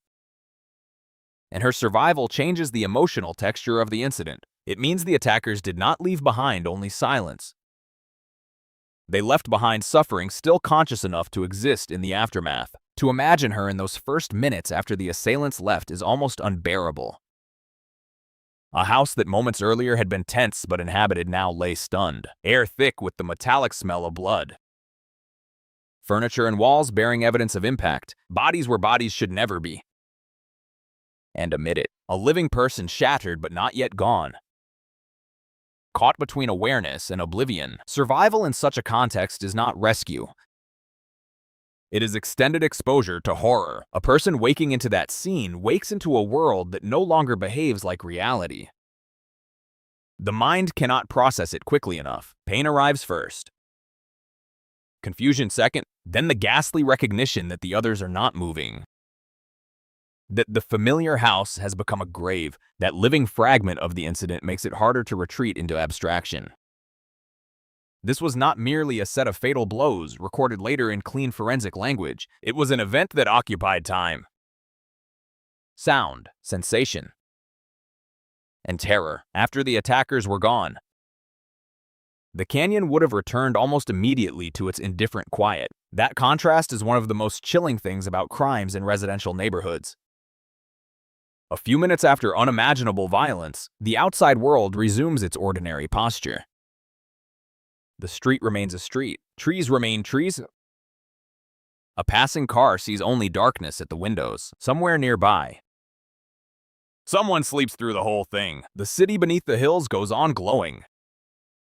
Inside the Wonderland house, however, time had been split into before and after. Blood was drying. Breathing was failing. The walls had absorbed a violence that could never be unwritten. By the time the scene was discovered, the incident itself was over. But its atmosphere would still have been present in almost physical form. Investigators later confronted the aftermath. But what they were really seeing was the residue of an assault driven by extraordinary force and extraordinary intent. The house would have shown signs not just of death, but of violation. The arrangement of bodies, the patterns of blood, the positions in which people were found, all would have suggested the nightmare that had passed through. Every detail would whisper some piece of the same conclusion. The attackers had come to punish and to dominate. Not simply to silence, the incident also carried the cold logic of underworld messaging. In that world, violence is rarely just about the immediate victim. It is communicative. It tells others what happens when certain lines are crossed. It reinforces hierarchy. It restores fear where someone has grown too comfortable. The overkill at Wonderland suggests exactly that kind of logic. 4 people bludgeoned in one house is not only murder. It is theater for a criminal audience, a demonstration staged in private but meant to echo outward. The savagery was part of the meaning. It said no debt, no betrayal, no humiliation would be answered mildly. It said that even in a city obsessed with surfaces, there were still older rules operating beneath them. And those rules were written with the body, but theater does not lessen suffering. If anything, it intensifies the obscenity.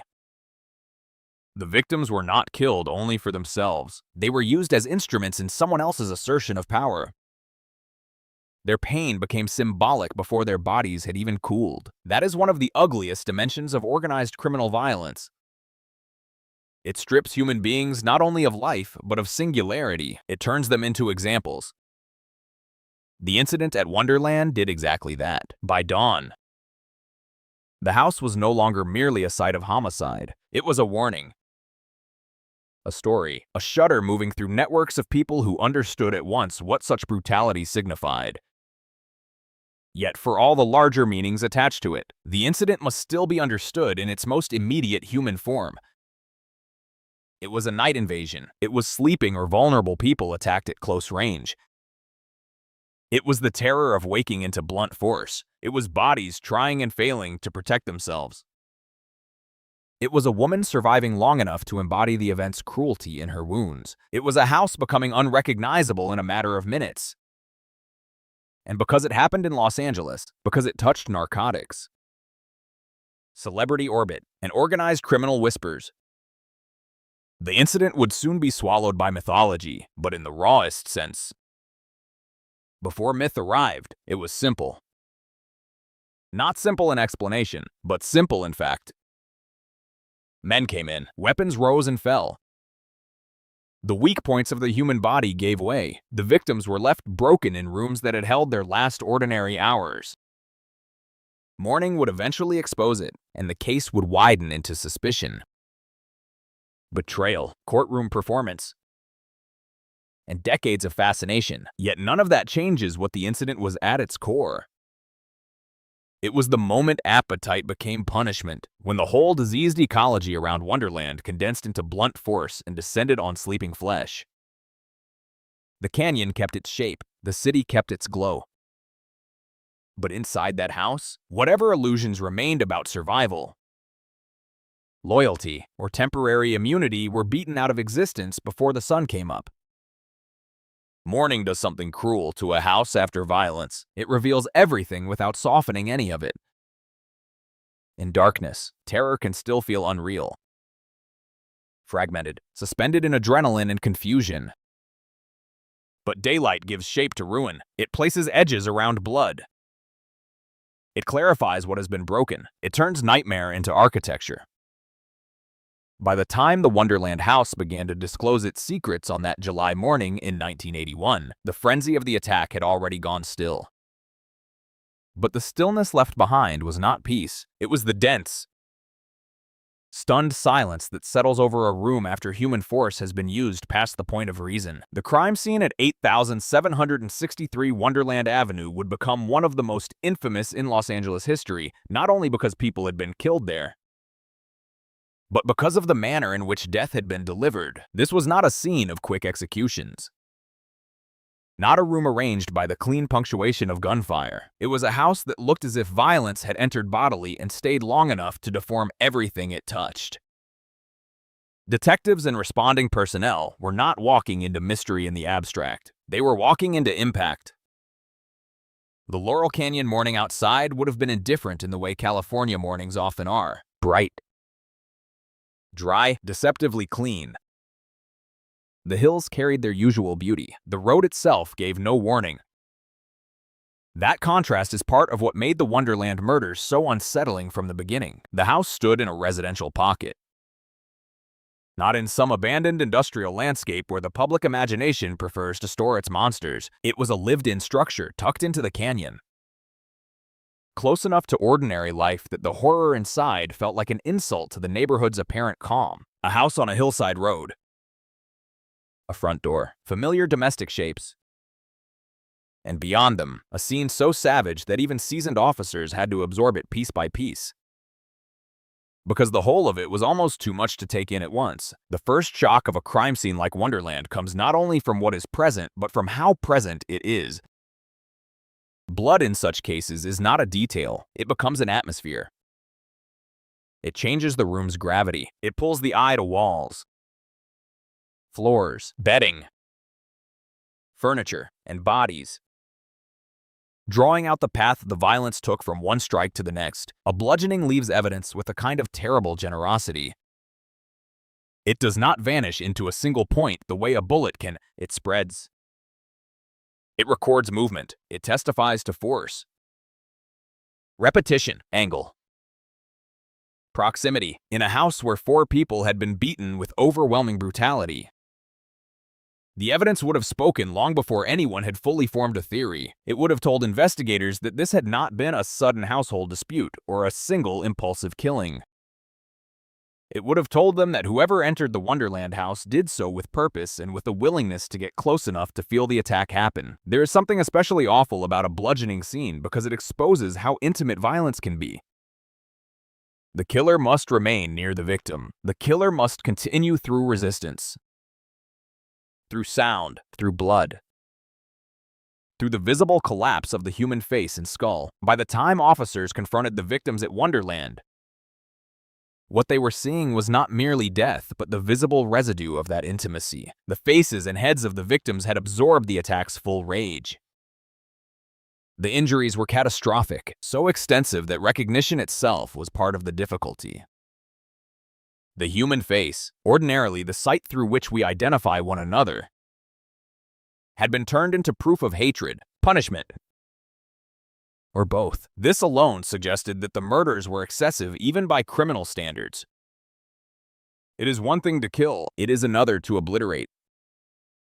The house did not just contain bodies, it contained the aftermath of overkill. Crime scene investigators are trained to separate emotion from observation, but even the best training does not erase the body's response to certain kinds of damage. Wonderland was one of those scenes where the facts and the visceral reaction arrived together. The initial clues were therefore not merely technical findings. They were impressions stamped into the minds of everyone who crossed the threshold. The first clue was the sheer savagery itself. 4 people had been attacked with blunt force in a confined domestic space. That fact immediately narrowed the emotional logic of the crime. This did not resemble a burglary interrupted unexpectedly. It did not resemble a remote settling of a score carried out with efficiency and distance. The force used suggested something punitive, intimate, and deeply personal, or at least meant to appear that way. The second clue was the nature of the setting. This was not a random address. The Wonderland house was known as a place associated with cocaine dealing and a circle of people already moving through dangerous territory. Anyone arriving there had likely chosen the destination knowingly. That meant the location itself mattered. It was a node in a social network of narcotics, debt, fear, and underworld traffic. In homicide work, place is never neutral. A crime scene contains not just forensic residue, but social residue, the life around the dead still clinging to the walls. At Wonderland, the life around the dead was the cocaine trade. That fact was present before the first interview, before the first rumor.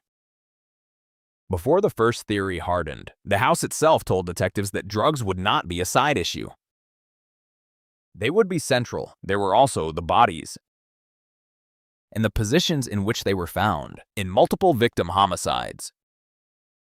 Placement matters enormously. It reveals vulnerability. Surprise, whether victims were mobile or cornered.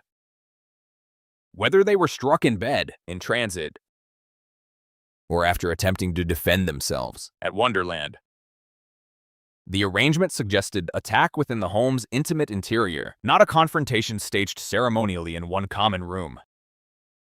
Victims had been overtaken where they were most exposed, in the kinds of places where people sit, sleep, drift, or assume temporary safety. That detail sharpened the sense of invasion.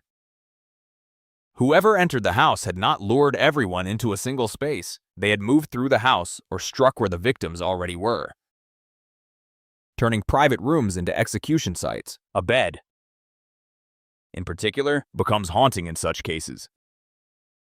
A bed is where a person surrenders vigilance. To find evidence of overwhelming violence, there is to see the very idea of shelter collapse. Another early clue lay in the absence of certain things the public often imagines, but investigators are trained not to overvalue. A ransacked room can be staged. Missing items can mislead. What matters first is whether the scene's physical evidence aligns with the supposed motive. At Wonderland, the magnitude of the violence threatened to dwarf every other clue. But careful detectives would have known that brutality itself can be evidence of intention. If the house had been entered merely for theft, the injuries were far beyond what such a purpose required. If robbery had been involved, it was not the whole story. The scene suggested not only the elimination of witnesses, but a message delivered through excessive force. That clue, psychological rather than material, would have hung over the case from the start. Someone wanted these people destroyed, not simply dead. One of the most haunting elements of the crime scene was the presence of Susan Launius, still alive when responders arrived, though terribly injured. A living victim inside a house of slaughter changes the emotional and evidentiary reality instantly. Her survival, however brief, was both a horror and a clue. It established that the attack had not been surgically precise. It had been violent enough to crush skulls and leave bodies where they fell, but not so controlled that every life was extinguished at the same instant. Her condition would have told responders volumes before she ever spoke. If she could speak at all, her injuries would have confirmed the nature of the weapon, the force used, the determination of the assailants, and the sheer physicality of the assault. A survivor with massive head trauma is a terrible kind of witness, because the body testifies even when language fails. Bruises, fractures, lacerations, defensive wounds, if any existed, all become statements. Her survival also dipped in the urgency of the early investigation. A living victim raises the possibility, however fragile, of identification, of recall, of some surviving thread that can lead outward from the room. Yet it also confronts responders with the raw human cost of waiting too long, arriving too late, or simply encountering a violence so complete that rescue and mourning occupy the same space. In cases involving blunt force homicide, the weapon itself can offer a powerful clue, especially if left behind. Reports surrounding Wonderland would point toward a blunt instrument used in the attack, likely something like a lead pipe, hammer, or similar heavy object suited for repeated skull-crushing blows. Even without recovering the exact weapon immediately, the injuries would have narrowed the possibilities. The wounds would have suggested weight, hardness, and the range of motion available to the attacker in cramped domestic surroundings. A firearm announces itself differently. A knife leaves its own grammar. A pipe or hammer belongs to a more primitive syntax of force. The use of such a weapon at Wonderland implied either improvisation by men already comfortable with violence or deliberate choice by assailants unconcerned with bloodshed at close range. Either way, that choice itself was revealing. It spoke of confidence, of numbers perhaps, of victims thought to be vulnerable enough that firearms were unnecessary or intentionally avoided. The scene likely offered signs of limited defensive struggle, though not enough to alter the outcome. That too is a clue. In many household bludgeonings, the victims are attacked while sleeping, intoxicated, disoriented, or ambushed so quickly that the body's ordinary defense systems never fully activate. Any evidence of raised arms, displaced bedding, overturned furniture, blood trails, or movement away from original positions would have helped reconstruct whether the victims woke, tried to flee, tried to shield themselves, or were rendered unconscious almost instantly. At Wonderland, the odds were brutally tilted toward the attackers. The victims were in a house already tied to heavy drug use and fatigue. They were not a disciplined unit expecting a raid. They were vulnerable bodies caught inside a life that had taught them to fear many things but had not prepared them for this scale of retribution. Another initial clue would have been the house's known associations and recent traffic.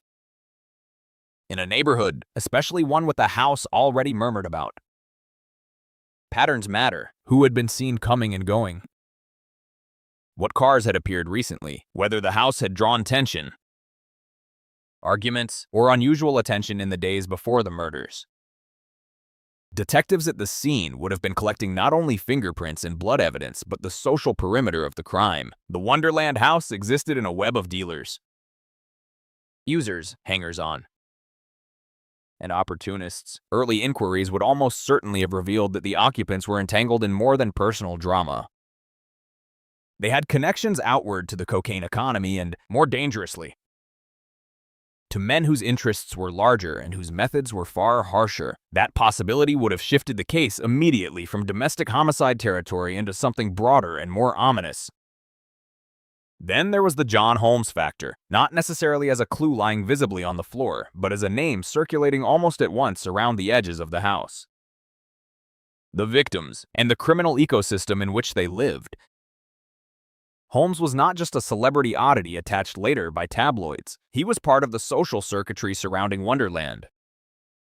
And any experienced investigator would have recognized that his presence complicated the case instantly. Famous enough to attract attention, compromised enough to be useful, and deeply enmeshed in a culture of drugs and unstable loyalties. Holmes represented both a lead and a fog. He was the kind of figure whose name could illuminate motive while also generating half-truths, fear, and myth. If detectives heard his name early, they would have understood that they were no longer dealing with a straightforward house killing. They were entering a maze where pornography, narcotics, and organized criminal whispers touched the same bloodstained walls. Crime scenes often produce one dominant emotional question before they produce any clean factual answers.